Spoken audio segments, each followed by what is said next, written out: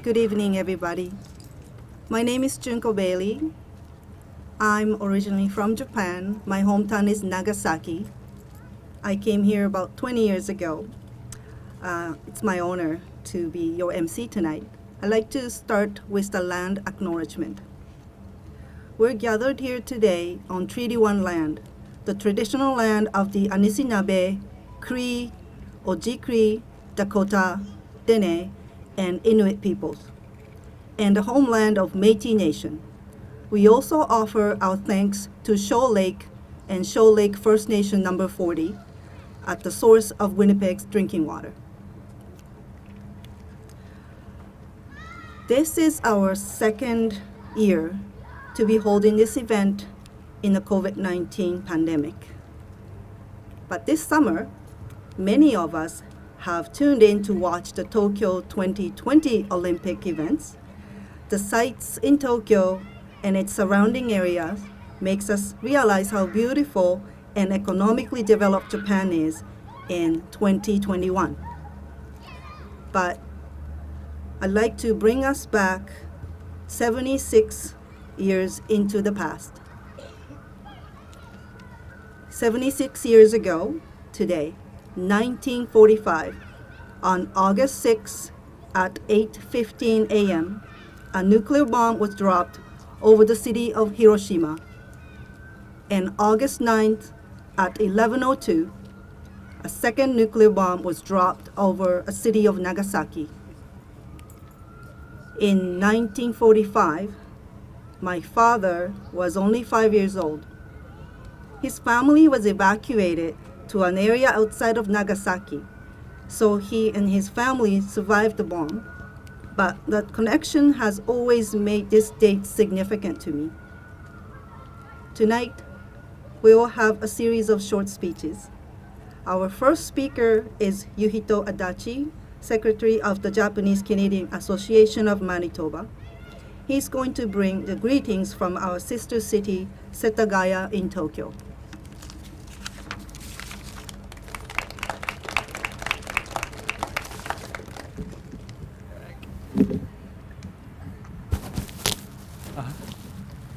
Okay. Thank you, Junko-san. My name is Yuhito Adachi. I'm the Japanese Cultural Association of Manitoba's secretary and board of director. Quite a long time ago, I became that's good. Director, and originally I started helping this event via Trimi Kawada. She is the NAJC's member at that time, and then she's waving there. She said, well, she's kind of retiring this role, and then somebody has to take this role, and I said, yes, okay, I'll take it. Anyways, I've got, I informed this event tonight for to our sister city of Winnipeg in Setagaya. It's in Tokyo, and then they responded as the mayor of city of Setagaya actually sent us a letter for endorsement for this event. And it's all in Japanese, so I don't think the Japanese really mean to anyone at this point here. So I just translated and I introduced this message here. And I'm going to read it on behalf of the mayor of the city of Setagaya. A message to Winnipeg, Hiroshima and Nagasaki, Lantern for Peace. We would like to extend our heartfelt congratulations to our sister city, Winnipeg, Manitoba, Canada, for the Winnipeg Lantern for Peace, to be held as the first event after the lockdown due to the new coronavirus pandemic. COVID-19, which has been spreading since last year, is a serious issue facing the world and all humankind in cooperation.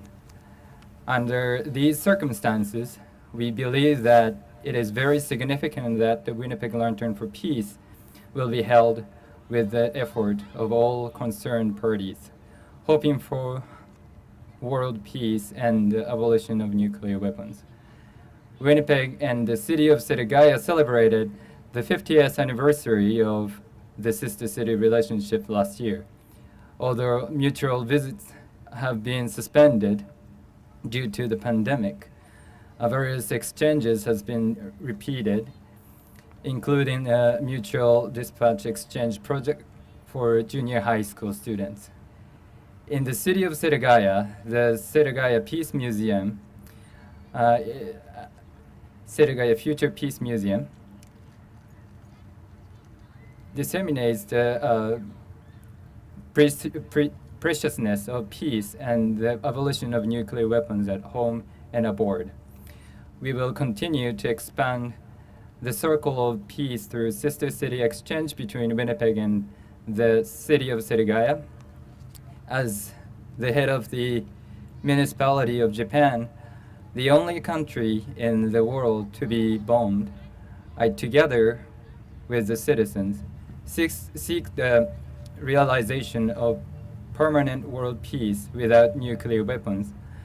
We also sincerely hope that Winnipeg, Hiroshima, and Nagasaki Memorial Total Nagashi, Lantern for Peace, will be a significant step towards the realization of world peace and abolition of nuclear weapons.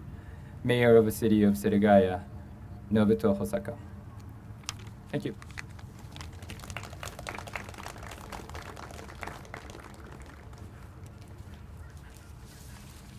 Thank you, Yohito. Next, I'd like to introduce Ruj, Ali, and Avinash Singh. They're the keynote address using disarmament from ICANN City's appeal.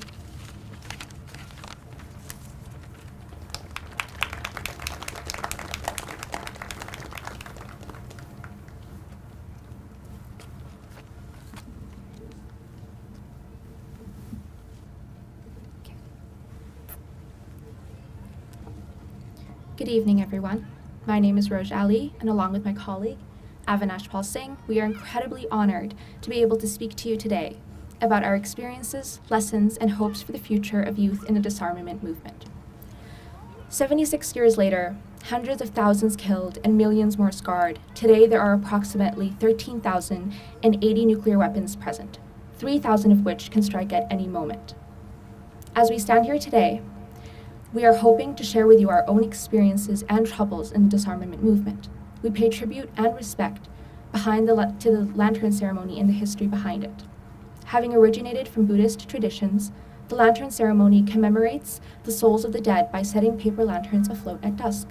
It is a striking practice that's moving to all those participating and watching. As the lanterns float tranquilly down the water in the dark of night, each bearing wishes for peace from the gathered attendees, it has a powerful, almost otherworldly quality. The participants in this event include not only those affected and impacted by nuclear weapons, but those who feel pain and empathy towards everyone else who has been hurt and has passed away because of them. Speaking today as two youth who have been actively engaged in the nuclear disarmament movement since 2019, we sense a change approaching. After experiencing firsthand the power we as youth had on crucial discussions, we are firm in our belief that a tide of change and growth is on our horizon. Our work began in 2019 when we attended the first ever Youth Nuclear Peace Summit, which was held at the Canadian Museum for Human Rights. It was the first ever of its kind. We initially signed on to this event completely unknown to the topic of nuclear weapons, power, energy, and their implications. We didn't know what we were getting ourselves into, but we knew that it was something important that we had to do something about. Prior to the event, about a year's time, we attended workshops that were hosted by the organizers of the event and attended by many activists and professionals from the field. Through these workshops, we were able to learn about the human, environmental, economical, social, and the legal costs of nuclear weapons and their engagement in our world.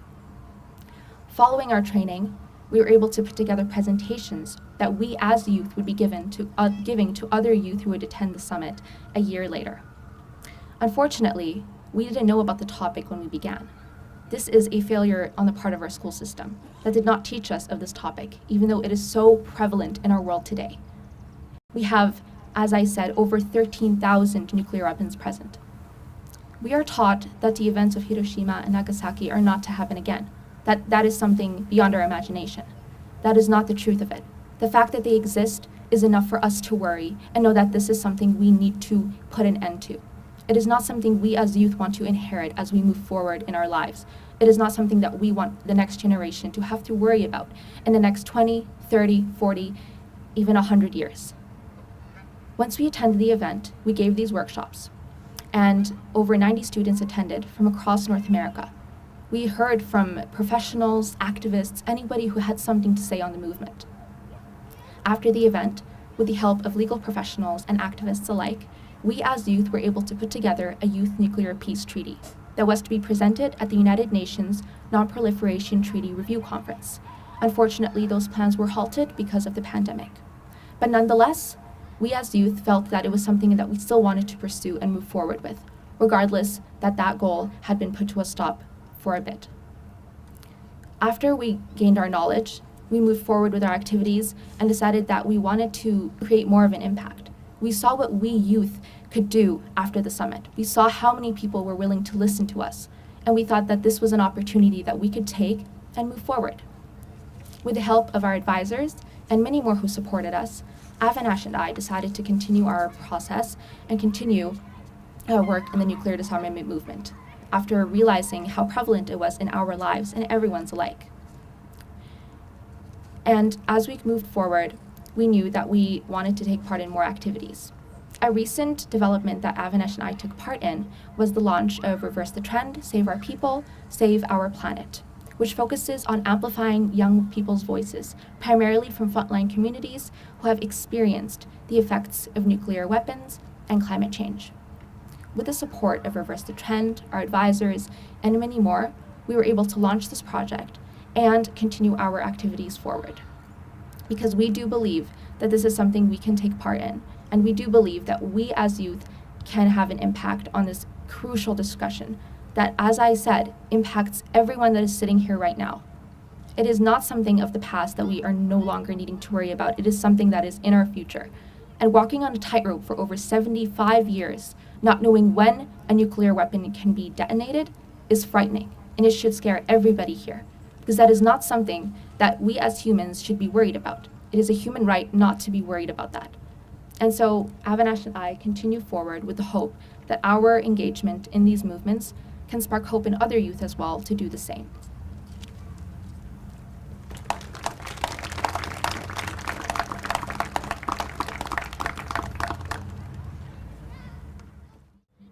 Hello everyone. As activists, we never underestimate the importance of doing our research, about knowing our stuff, knowing the right stuff.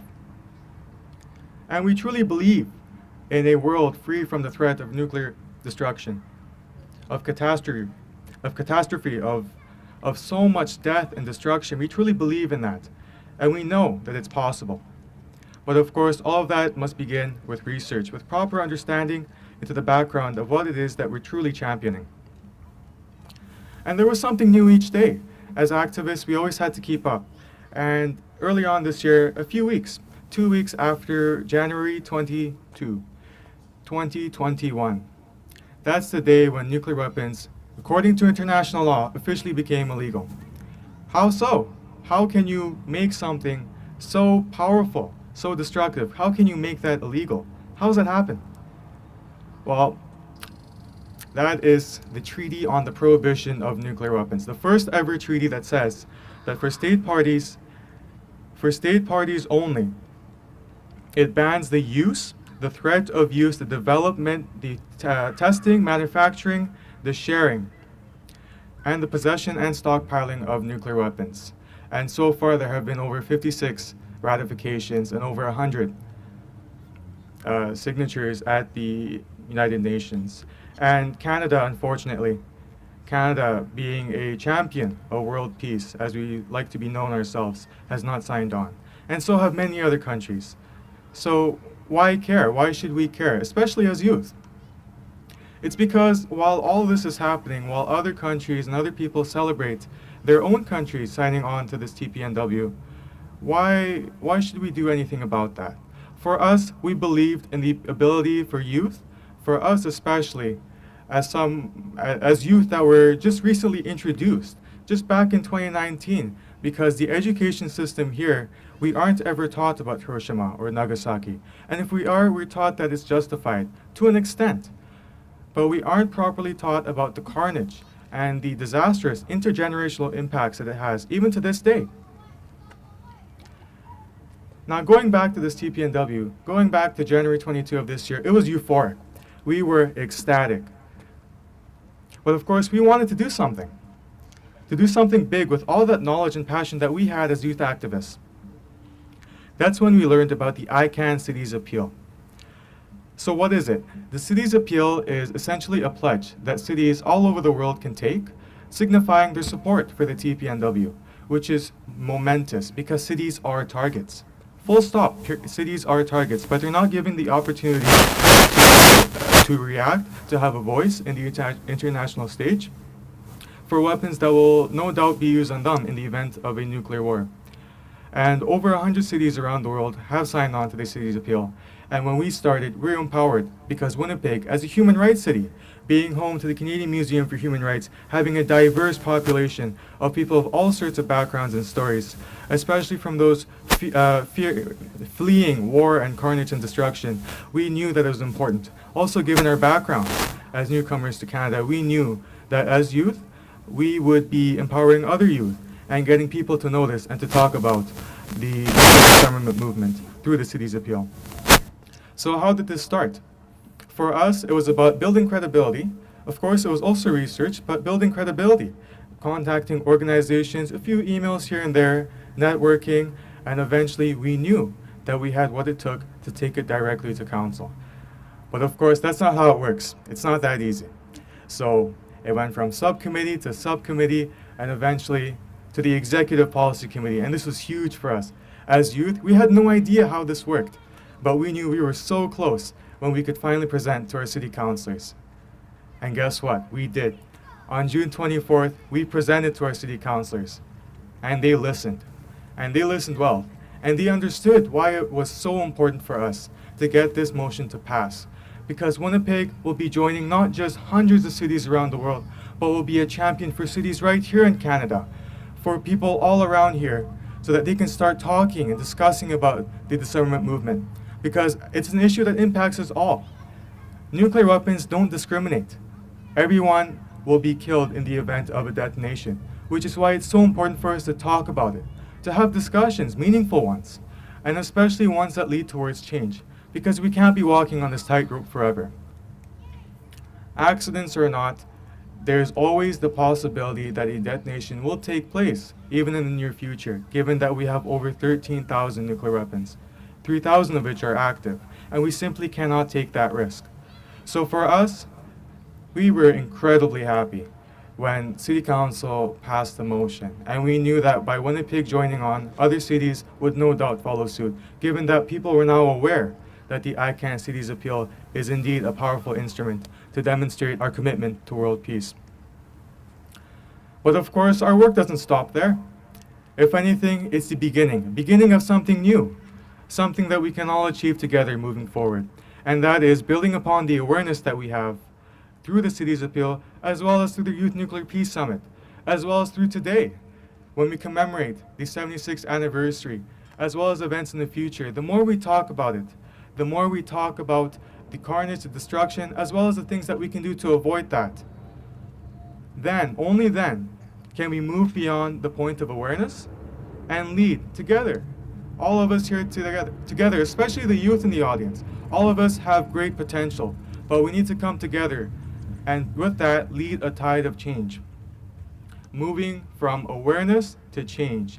And we can only do that once we also pressure our politicians while we educate those around us, especially our family members who may not have the background on nuclear weapons. Also educating ourselves, given that there's so many things happening all the time. It's about building that familiarity, being comfortable with talking about something that can be incredibly scary, but also feeling empowered that we can indeed make a change. And for us, the Cities Appeal is just a step, one step in the right direction, and we have so many more events in the future. And of course, we are learning along the way. We're often referred to as youth leaders. We don't like that term. To be honest, it's such a lousy term. We're youth, we're the leaders of tomorrow, yes, but we're the leaders of today, not just youth leaders. Come join us. Together we can indeed make a change, and together we can realize a world free from the threat of impending nuclear destruction.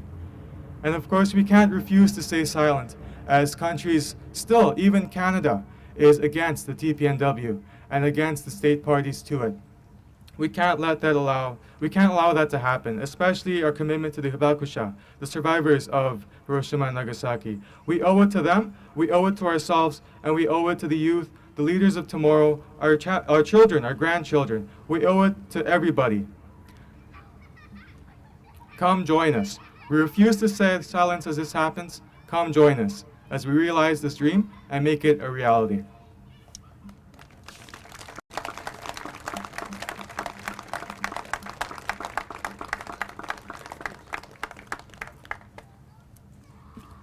Thank you, Luch and Avinash. That was very powerful. Next, I'd like to introduce Shivane Shivastava, and you'll be reading the Mayor of Hiroshima's annual peace declaration.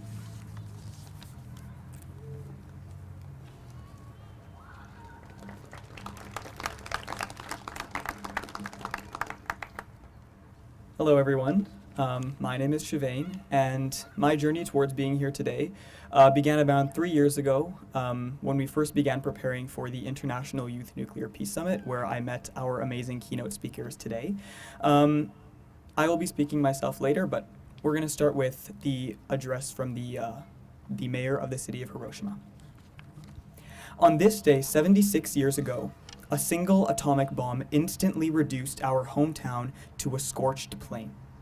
That bombing brought cruel death to countless innocent victims and left those who managed to survive with profound, lifelong psychological and emotional injuries due to radiation, fear of after effects, and economic hardship. One survivor who gave birth to a girl soon after the bombing says, "As more horrors of the bomb come to light, and I become more concerned with their effects, I worry less about myself and more about my child. Imagining the future awaiting my daughter, my suffering grew night after sleepless night. No one else should suffer as we have." These words express the will of the survivors who, having known horrors too painful to recall, were condemned to fear, frustration, and agony by the likely future of their children and their own irradiated bodies. When Hibakusha tell their stories, they convey not only the horror and inhumanity of nuclear weapons, but also an intense yearning for peace, born of compassion. Finally, after 75 long years of sustained activity, their demands have moved the international community. This year, on January 22nd, the Treaty on the Prohibition of Nuclear Weapons, the TPNW, entered into effect. It remains now for world leaders to support this treaty, shifting their focus towards a truly sustainable society free from nuclear weapons. The novel coronavirus still ravages our world. The community of nations recognizes this threat to humanity and is taking urgent measures to end it. Nuclear weapons, developed to win wars, are a threat of total annihilation that we can certainly end if all nations work together. No sustainable society is possible if these weapons continually poised for indiscriminate slaughter. The combined wisdom of all peoples must be trained on their total abolition. The road to abolition will not be smooth, but a ray of hope shines from the young people now taking up the Hibakusha's request. One survivor who witnessed hell that day entrusts our future to the young with these words: "Start small, but start." I hope each of you will do whatever you can to promote and maintain the treasure we call peace. I ask our young to sustain an unshakable conviction that nuclear weapons are incompatible with full, healthy lives for their loved ones. I further ask them to share that conviction persuasively with people around the world. We must never forget that young people can certainly compel world leaders to turn away from nuclear deterrence. 3 years after the bombing, Helen Keller visited Hiroshima, encouraging its residents to struggle to recover. Alone, we can do so little. Together, we can do so much. Her words remind us that individuals, when united, have the power to change the world.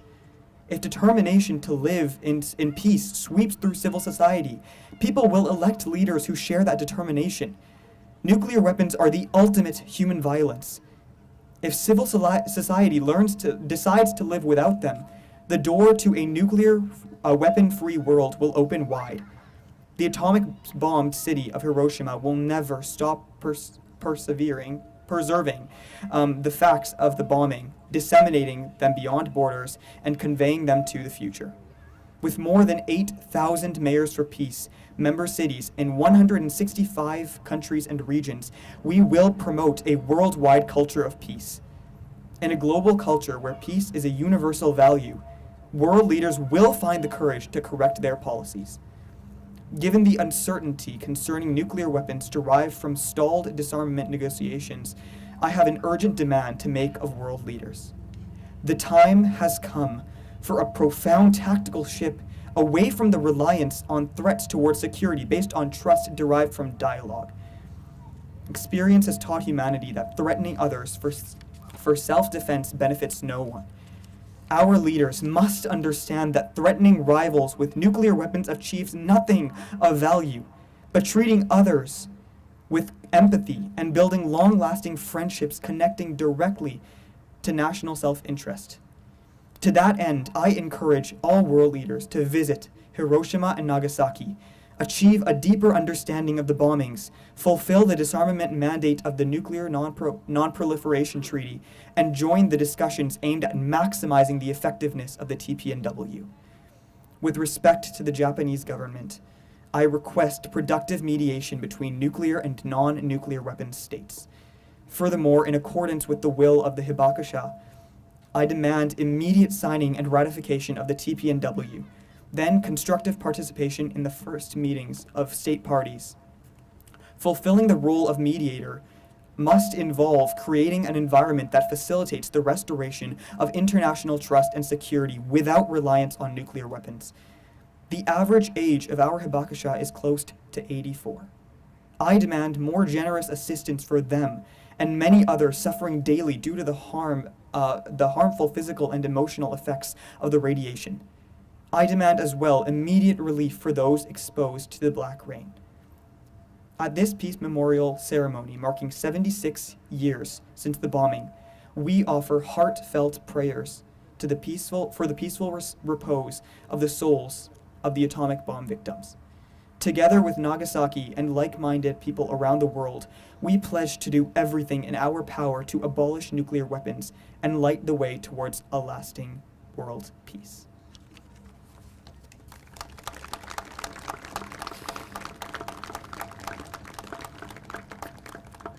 And now for my own remarks. 76 years ago today, the world suffered a global catastrophe, a global tragedy like it never had before. It was the day 140,000 residents of the city of Hiroshima died from an atomic bomb attack. The lives lost and the experiences of the survivors both were and continue to be so devastating that even almost 8 decades later, the pain, the anguish, and the frustration from that day persist and continue to affect all of us. Yet, 3 days after the initial attack on Hiroshima, we made the exact same mistake again at Nagasaki, ending the lives and the futures of another 70,000 citizens. My heart goes out, especially today, to those who continue to be most impacted by these deplorable calamities. The survivors, the families of those who fell, and the broader Hiroshima and Nagasaki communities. The consequences of these attacks both were and continue to be completely unjustifiable and inexcusable. I thank you all for joining us today and taking the time to recognize and acknowledge the significance of this event and memorialize the lives lost. I could go on and on and on and on and on about the immoral and nonsensical nature of these attacks, but I shouldn't have to. These were tens of thousands of not soldiers who were prepared to risk their lives, but innocent men, women, and children. These were us. The people here today, right now, you, your father, your brother, your daughter. This could have been us. And unfortunately, it still can be. Actually, I'm so sorry. I'm gonna go back. This isn't part of my speech, but I refuse to use the word unfortunately.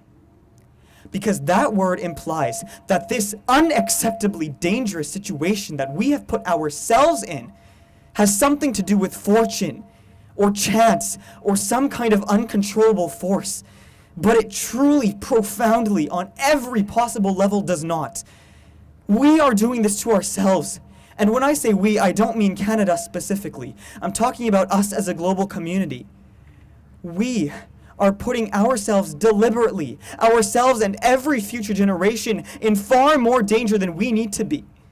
And that is not acceptable.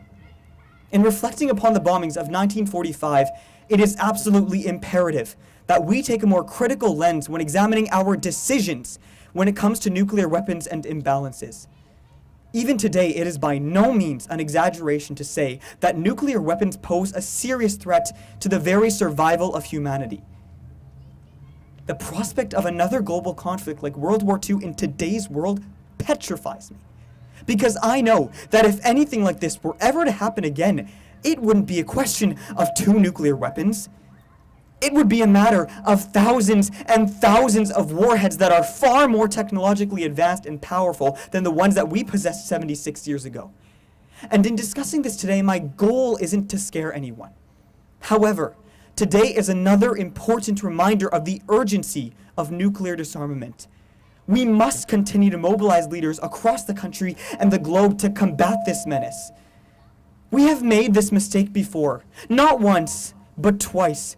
And we have got to learn our goddamn lesson before we make it again. Because, and I've said this before, and I will continue to say this until the day this issue is put to rest, or until the day I die, whichever comes first. And that is, if we don't look at ourselves, if we don't look at the mistakes we made 76 years ago, and every mistake we've made since, and make the change, our children and our grandchildren will never forgive us. I have a vision for a future wherein 17-year-olds such as myself can say back then about this issue. Back then, people used to have to fear a weapon that could literally melt them. Back then, people used to have to fear a global catastrophe that could take their everything away from them in less than an instant. Back then, people used to have to fear a world-ending threat that was nothing more. And when I say nothing more, I mean absolutely nothing more than preventable. I doubt anyone would say that the legacy of the Hiroshima and Nagasaki attack makes them happy or proud. I am angry. I am angry that after 76 years, I don't get to say back then. Why do I have to stand here and implore the world to work to solve an issue that should have been long gone before I even opened my eyes for the first time? Why do I have to stand here and speak about a problem that should have been long solved before I even learned how to speak?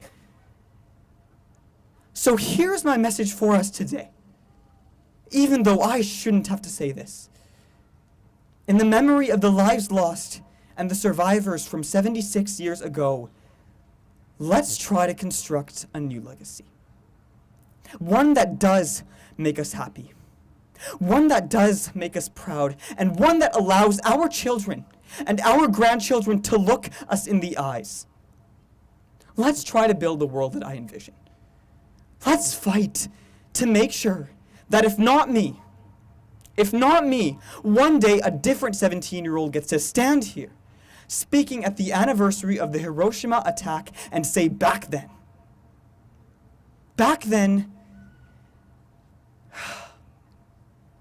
and not anymore. Thank you.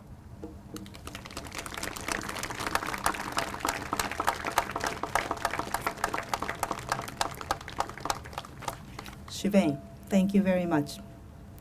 I wish my father can be here to listen to his perspective. Oh, it's amazing. Next, I'd like to introduce Devani for her youth perspective.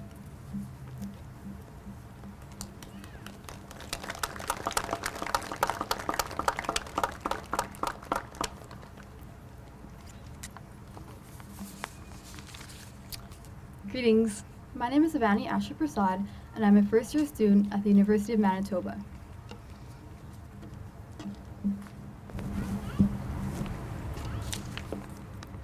It happened all of a sudden. A blazing light shot across my eyes. The colors were yellow, khaki, and orange, all mixed together.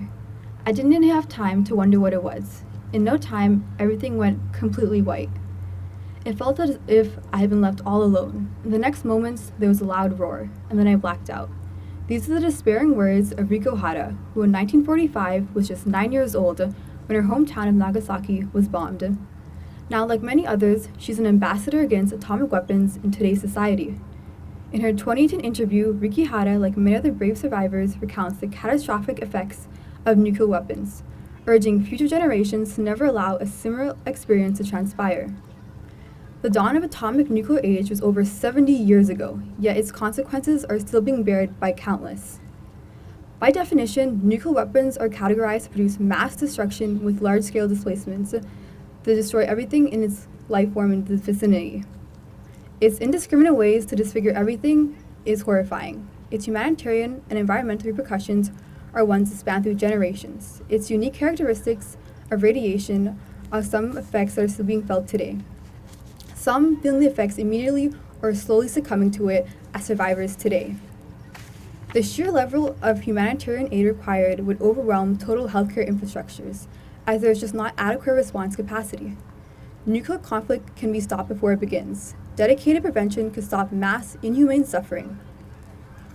The anti-nuclear weapons movement is taking considerable initiative towards a complete elimination of this threat, yet thousands and thousands of nuclear warheads still exist today. This is a clear risk to humanity.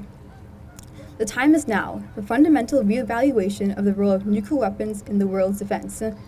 This is our home. We are all responsible to be a part of the change to live in a world free of the threat of nuclear conflict. Young people under 25 make up over 40% of the world's population. This goal cannot be accomplished without you. Become an advocate for your beliefs and strive to educate those around you how these weapons have no place in our world today. Our voice matters in the idea that what will be done will have to be endured the outcomes. Let's stand together and demonstrate our values. I embrace Secretary General's agendas of disarmament words. When they're educated, engaged, and empowered, they can have decisive influence in how the societies and governments view nuclear weapons. Let's be united and support long-standing reductions and eliminations commitments. And bring this conversation to the forefront of organizations that we associate with. It's up to us. I call upon my fellow youth to realize the power we hold. Take the pledge to be a part of the change. To conclude, this is a quote from activist Riko Hara. It's the people who create peace. Even though we live in different countries and speak different languages, our wish for peace is the same. Humanity and nuclear weapons cannot coexist. Thank you.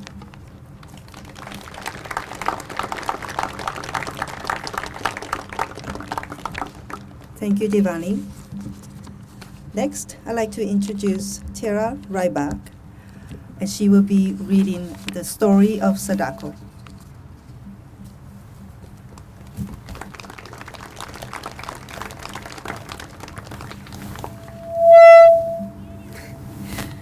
Good evening, everyone. Thank you so much for coming tonight.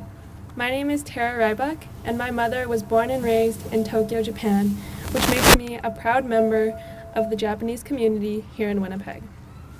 I'm so honored to share this story of Sadako Sasaki with you, and I hope this story touches your heart as much as it touched mine. This is our cry. This is our prayer. Peace in the world. Sadako Sasaki was 2 years old on August 6, 1945, when pilot Paul Tibet of the United States Air Force flew his B-29 bomber airplane over the city of Hiroshima, Japan. Unlike the many other B-29 bombers that had flown over Hiroshima the past days and weeks, Tibet's bomber, the Enola Gay, was much different than previous B-29 bombers. The Enola Gay carried an atomic bomb named Little Boy. By order of President Harry S. Truman, Tibet and his crowd dropped one of the most powerful bombs ever created over the city of Hiroshima, Japan, and a population of approximately 350,000 people. The story of Sadako Sasaki, a young girl who lived through the bombing of Hiroshima and eventually died from leukemia, is just one of many stories from Hiroshima on August 6, 1945. Yet, Sadako's story still resonates with many people today. Sadako and her family lived a little over 1 mile from the bomb's hypocenter. A blinding white light flashed through the city, and a huge boom was heard miles away when Little Boy exploded over Sadako's hometown. Immediately, fires broke out all over the city, and radioactive black rain began to fall from the sky. Sadako, with her mother and brother, escaped the fires. Sadako's grandmother was leaving with Sadako and her family when she turned back to retrieve some family heirlooms from their home. She was never seen again. Shigeo, Sadako's father, was not in Hiroshima at the time of the bombing. Shigeo reunited with his family after the bombing, and Sadako and her family returned to Hiroshima to rebuild their lives. Like many others living in Hiroshima following World War II, the Sasaki family struggled with sickness, financial hardship, food scarcity, and the uncertainty of their family's future. They mourned the loss of their grandmother, neighbors, and home. The Sasaki family would also grieve for Sadako when she became sick with leukemia, called atomic bomb disease by some in Hiroshima, because the cancer was likely caused by the radioactive black rain that fell on Sadako and Hiroshima on the day of the bombing. By all appearances, Sadako was a happy and healthy child. She was known to be a fast runner and popular with her classmates. That is why it came as such a surprise when at the age of 12, Sadako began to show symptoms of leukemia and had to be admitted into the hospital. While in the hospital, Sadako remained optimistic and resilient. Even though Sadako was sick, the day the Red Cross Youth Club gave Sadako and the other children staying in the hospital origami cranes. Origami cranes were thought to help people who were sick become well again. Sadako's father, Shigeo, was visiting at the hospital when she asked him, "Why did they send us origami cranes, father?" Shigeo answered Sadako's question by telling her the Japanese legend of the crane. Japanese folklore says that a crane can live for 1,000 years, and a person who folds an origami crane for each year of a crane's life will have their wish granted. The story of the origami cranes inspired Sadako. She had a new passion and purpose to have her wish of being well again granted by folding 1,000 origami cranes. Sadako began collecting hundreds of pieces of paper for her cranes. Sadako soon filled her room with hundreds of colorful origami cranes of all different sizes. After folding her 1,000th crane, Sadako made her wish to be well again. Sadly, Sadako's wish did not come true. She remained ill, but did not lose her faith in origami cranes. Sadako began folding more cranes for her father's debt to be forgiven, her new wish. Sadako continued to fold cranes, such as small as a grain of rice, until her last moments. Surrounded by family, with 1,300 origami cranes in her room and hanging overhead, Sadako passed away at the age of 12. When Sadako first realized how sick she was, she had many thoughts and questions. She worried about her family, and if people would remember her. Sadako asked herself, "How can I make the world a better place when I'm still alive?" She wanted to leave the world a more peaceful place, and she shared those thoughts and feelings with her friends and family. Though Sadako did not know her impact on the world when she died, she did make the world a better place. Sadako's resilient spirit and her origami cranes inspired her friends and classmates to raise money for a monument for Sadako and the children who died as a result of atomic bombings. Since 1958, thousands have visited the statue of Sadako in Hiroshima Peace Memorial Park. Sadako's figure lifts a large paper crane overhead. Inscribed at the foot of Sadako's statue is a plaque that reads, "This is our cry, this is our prayer, peace in the world." Thank you.